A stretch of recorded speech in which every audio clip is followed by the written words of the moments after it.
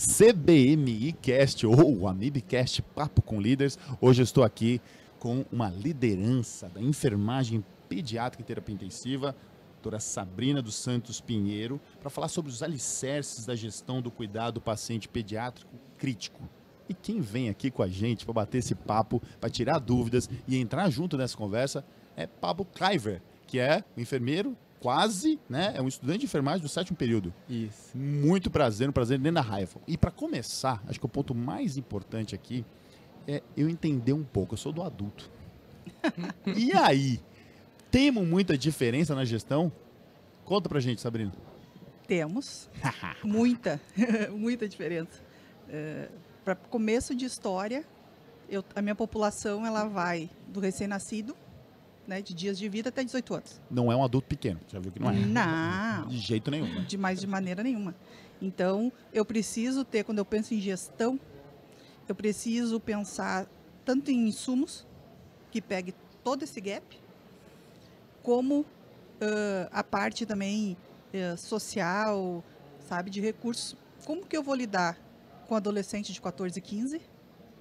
Né? É bem diferente como eu vou tratar com um bebezinho de 1 ano de idade, 2 anos de idade. E ele está na mesma unidade? Está na mesma, lado a lado, às vezes.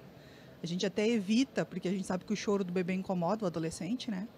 Mas não é realidade, a gente acaba não conseguindo. A gente não consegue em todos os lugares, principalmente no setor público, né? A gente sabe que é tudo limitado, tudo difícil. Não. E como que vocês veem isso e como vocês conseguem lidar com isso no dia a dia, falando dessa diferença de idade para começar?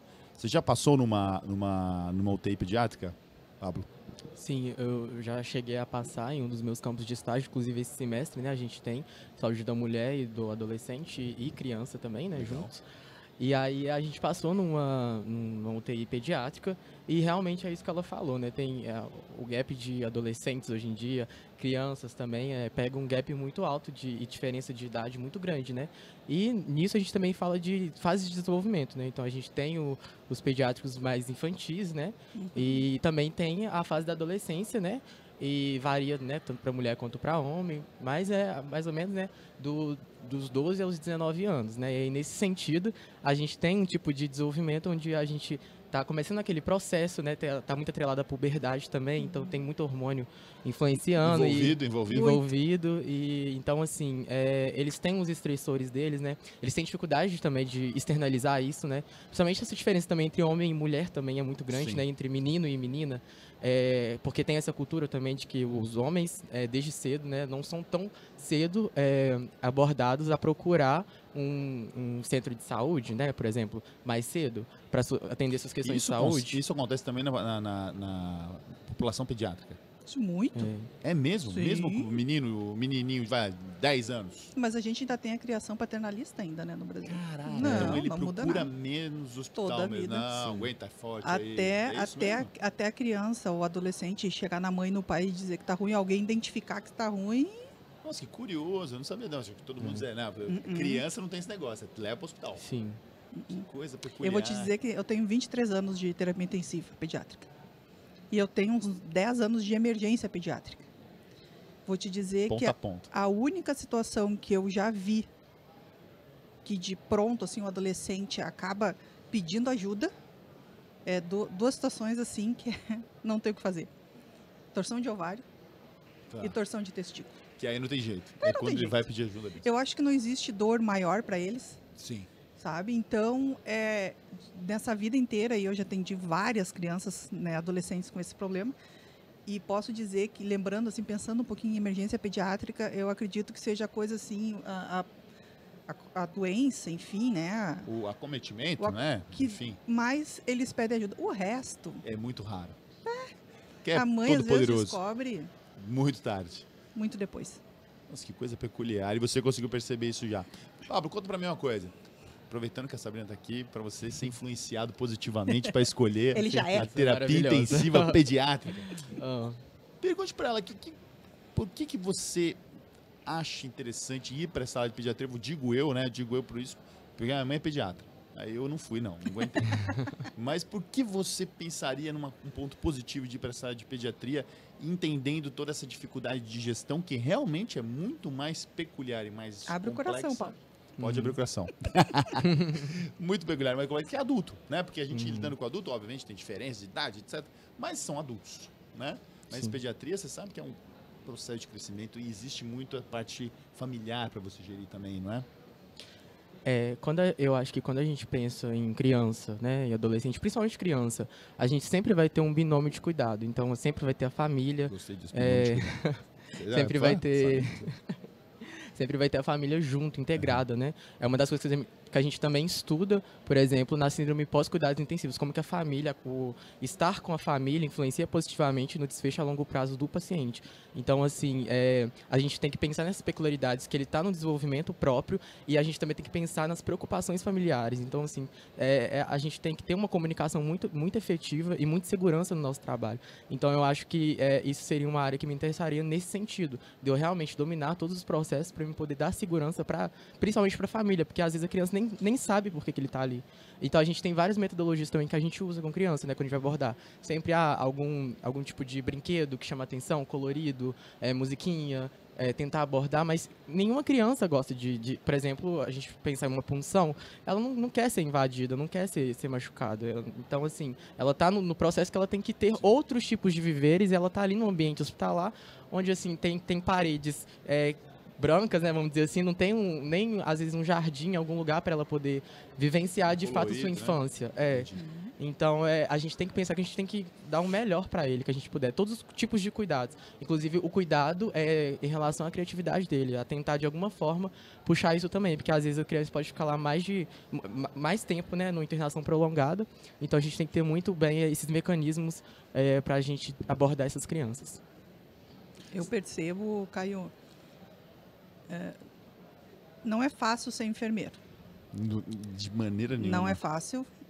E não é fácil ser enfermeiro pediátrico, né? E vou te dizer que numa crescente, numa evolução de anos, hoje em dia se tornou muito mais difícil. Sabe? Pensando quando eu comecei lá em 2002, 2001, para agora, hoje é muito forte o binômio mãe, filho, paciente, família. Então, a tecnologia evoluiu. Sim. Então, hoje em dia, para a gurizada que está saindo aí, o que a gente vai fazer? O que eles precisam saber? Eles têm que conhecer desde a tecnologia, do insumo certo, do tamanho certo, até como que você vai conseguir confortar uma mãe que se joga no chão e começa a chorar porque o filho está parado. É um profissional muito completo, né? É um profissional que vai passar por muitas dificuldades. Eu até ia falar isso. Vocês são, acho que da área da saúde, né? A pediatria como um todo é o profissional que lida, né, com esse tipo de paciente, tanto como criança, né? O binômio, falando criança e mãe, criança e pai. Vocês têm que saber comunicar com os dois. E isso é extremamente difícil, né? Porque você precisa ter o mesmo nível de conversa com um adulto e ter um nível de conversa com criança totalmente diferente, né? E como é que é isso, né, para vocês? Você falou da dificuldade até com essas novas tecnologias que surgem, até com essa conseguir casar, né? Esse binômio vem se tornando um pouco mais forte ou vem se tornando diferente? Vem se tornando Vou te dizer que o estar presente, pelo menos no Rio Grande do Sul, onde eu sou enfermeira, né? Lá sempre teve presente a família, né? Sempre teve. Porque eu sei que tem estados no Brasil onde não é obrigatório. Inclusive, tem umas UTIs que impedem, inclusive, a sua visita. Mesmo tendo o Estatuto da Criança e Adolescente, que dá direito, só tem as visitas. Então, assim, eu sempre tive a família... Do seu lado? Do lado, sempre. Eu saí agora de uma palestra moderei uma mesa de visita estendida do adulto. Que legal, do adulto. Do adulto. E cara, é interessante porque a gente tem que buscar em vocês, porque é exatamente o contrário no adulto, né?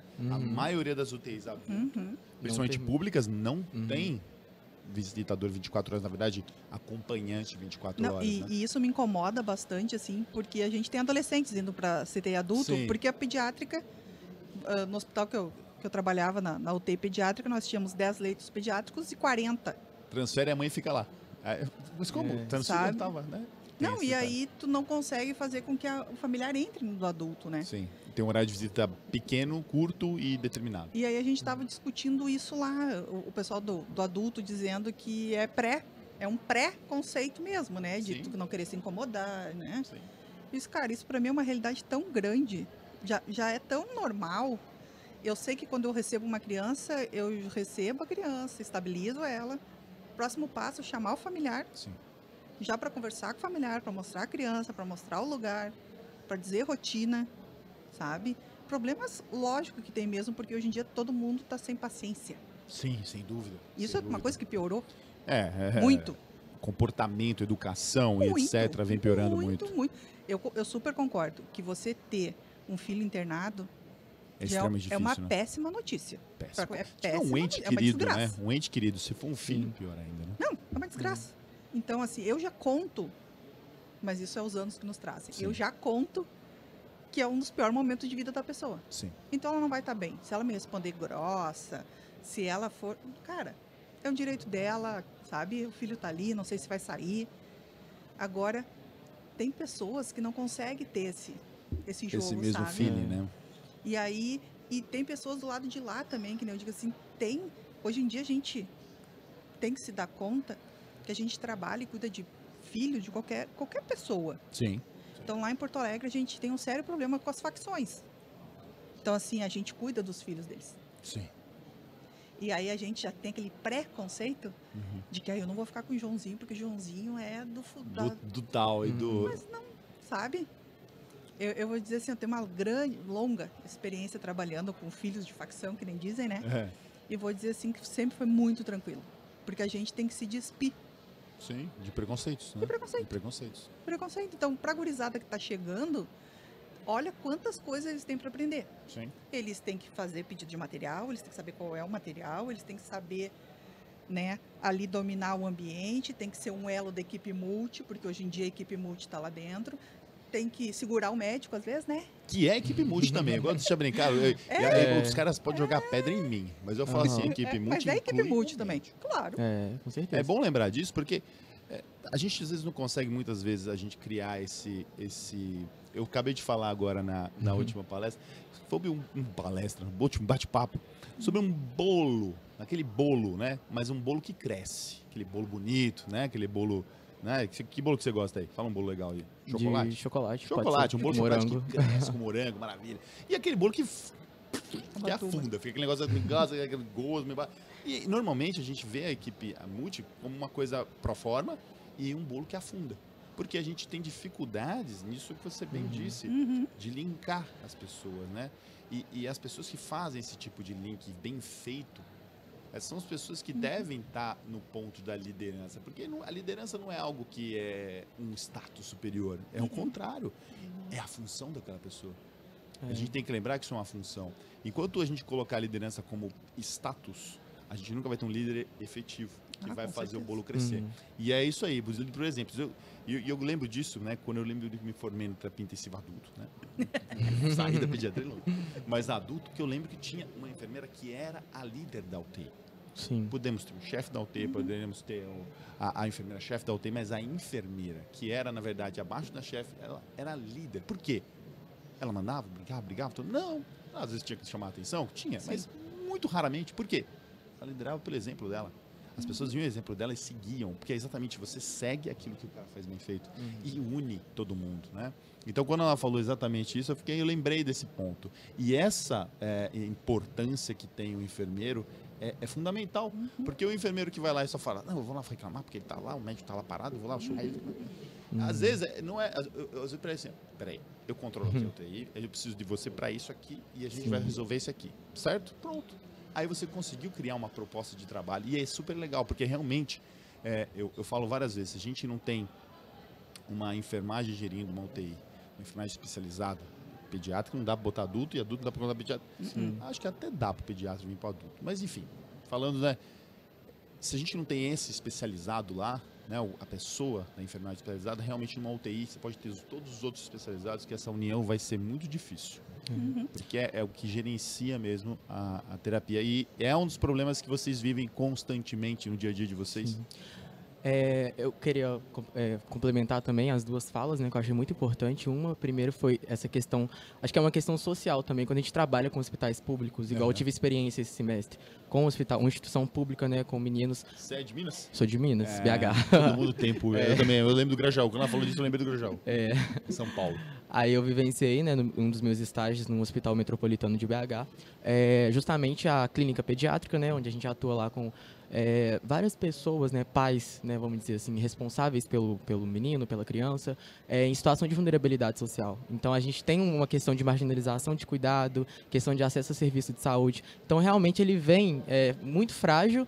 E, de fato, às vezes, você, como profissional de saúde, pode ser a última esperança que ele enxerga. Sim. Então, de fato, é o que ela falou. A gente, às vezes, eles não têm uma barreira em relação a isso. É super tranquilo de lidar. Só que a gente também tem que entender esse lado e ser um pouco mais sensível para eles, né?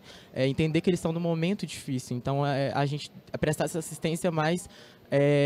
essa assistência diferenciada, não só para a criança, mas também para o acompanhante, para a família, vamos dizer assim, né? Família, né? Que a gente extrapola não só pais biológicos, né? Que vocês sabem bem. E outra coisa também que vocês tinham falado sobre equipe multidisciplinar, uma coisa também que a gente estava discutindo em uma das palestras, que eu acho que essa questão tanto da equipe multidisciplinar, eu acho que seria mais interessante a gente usar um termo interdisciplinar. Ou até transdisciplinar. Ou transdisciplinar, que é muito importante, que é justamente a conexão de saberes. Porque no final de tudo a gente está ali pelo paciente, por um problema de saúde do paciente. Então, assim, cada um vai contribuir no seu escopo de atuação, mas no final todo mundo tem que ter todo mundo integrado para resolver e em prol de uma questão só. Então, seria muito mais interessante a gente ter uma equipe interdisciplinar, e eu extrapolo também não só para a questão de profissionais, né, pessoas que já formaram, mas eu acho que a gente tem que ter vivências acadêmicas também, no qual a gente consiga integrar as multidisciplinas, né, tanto enfermagem, odontologia, enfim, né, nutrição, todas as outras multidisciplinas, só que integradas, para a gente ter essa vivência antes e poder aplicar isso na prática de uma maneira melhor, né? Então, acho que seria muito importante ter essa perspectiva também. Eu acredito que quando todos nós, né, todos nós nos darmos conta que a gente só sai de casa porque a gente tem, eu no meu caso, uma criança para ser cuidada, eu acho que isso mudaria o perfil da nossa assistência. Concordo. Porque as pessoas vão trabalhar pensando assim, eu quero trabalhar o menos que eu puder trabalhar. Eu não quero fazer muito. Exato. Eu quero vir para o plantão para ele ser uma barbada. Se eu estou de noite, eu quero ver se eu consigo ajeitar tudo para ver se tal hora eu consigo dar um descanso, porque amanhã eu tenho outro plantão. Tomar um café, e aí vai emendando o plantão, né? Tipo assim, eu como enfermeira, eu tenho plena consciência que se eu quiser, eu posso mandar no ambiente de UTI. Mandar não no sentido de mandar em pessoas, Sim, mas não, tipo assim, a mãe chega para mim e pergunta assim, queria né? trazer o irmão. Visita de irmãos em UTI.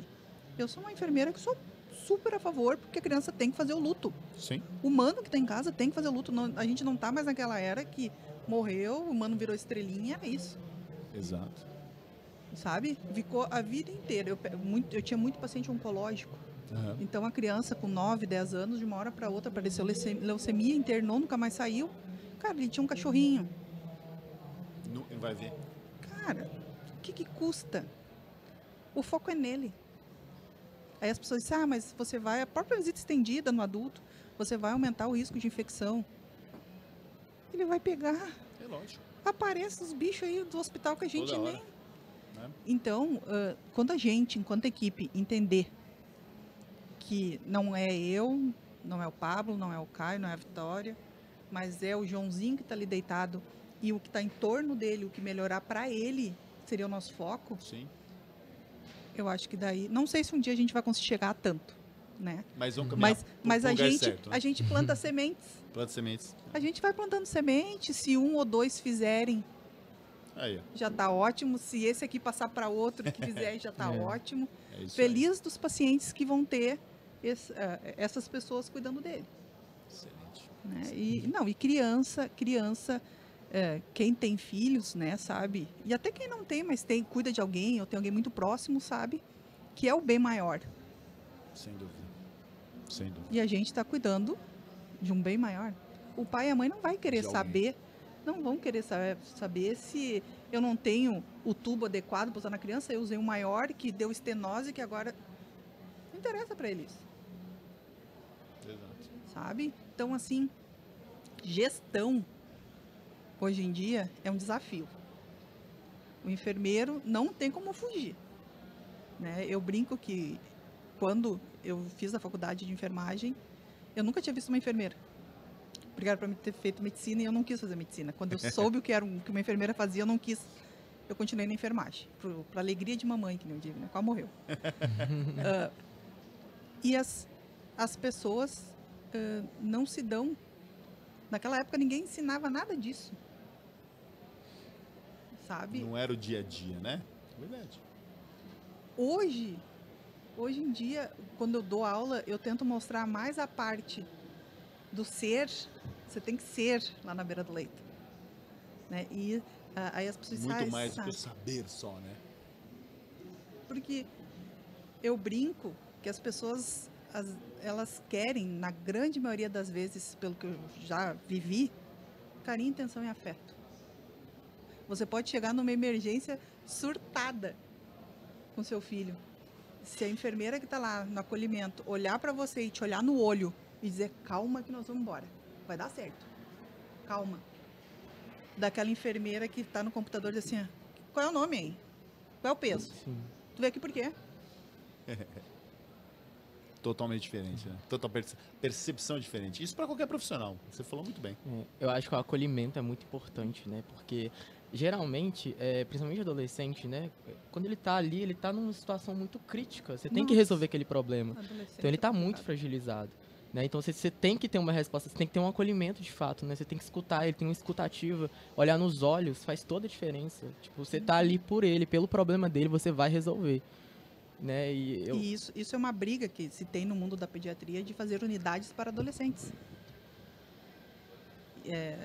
Herbiatria. Herbiatria, né? Que é uma especialidade, É né? uma especialidade. E Subespecialidade. aí para a gente conseguir entender aquele período ali que vai dos 12, hoje em dia aos 18, né? Sim. Mas que vai lá 15, 16, é muito complicado. É complexo, né? É muito diferente. É como você falou muito bem. diferente. Sim. Não, e Desde dose, né? A parte técnica até a parte que a gente pode falar de psicoemocional, né? Aham. Sem Não, dúvida.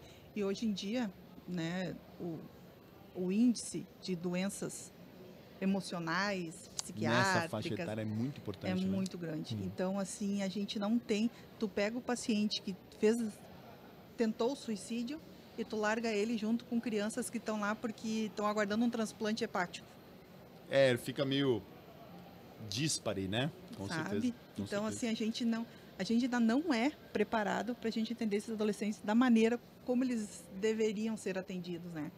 E no adulto, você pensa assim, tá com problema cardíaco, vai para uma UTI cardiológica, tá com problema no pulmão, vai para pneumo. O enfermeiro pediatra, ele tem que saber Tem que pegar tudo. de todos os sistemas. Exatamente. Na UTI tem oncologia pediátrica, nefro, transplante hepático, cardíaco. E aí, a gente... Ao mesmo tempo, gerenciando quadros de suicídios, de depressão grave, família do lado. É uma coisa realmente... Situações de chamar a desastrosas, que nem eu digo, assim, no verão, afogamento. Sim. A criança, em uma hora atrás, estava bem brincando na piscina, chegou para ti ali afogada, tu já está vendo que vai se encaminhar para MC, que tu vai abrir protocolo. Eu brinco assim, essas situações abruptas, assim, lá no sul aconteceu. Hoje em dia não acontece mais porque prenderam as goleiras. Mas a goleira cair, Sim, e é um inferno, entendi. porque a goleira parece que cai, só cai na cabeça. Tem o corpo inteiro para cair, mas é na cabeça. Na cabeça que cai. Então, assim, esse tipo, né? As pessoas sabem, como é que tu consegue trabalhar com isso? Eu disse, cara, não sou eu. Aquele momento não é meu. Aquele momento é da criança que está indo e aquele pai, aquela mãe que aconteceu a pior coisa que podia acontecer na vida para eles. Agora, depois, quando eu sento no meu carro e vou embora para casa, aí tá, né? Aí dá pra você Poxa, soltar, cara, né? Mas ali não é eu, Exato. Sim. não é a gente. É verdade. Né? E por que não abraçar, né? Isso é outro tabu que a gente tem dentro da terapia intensiva. Né? Por que não chegar e botar uma mão no ombro?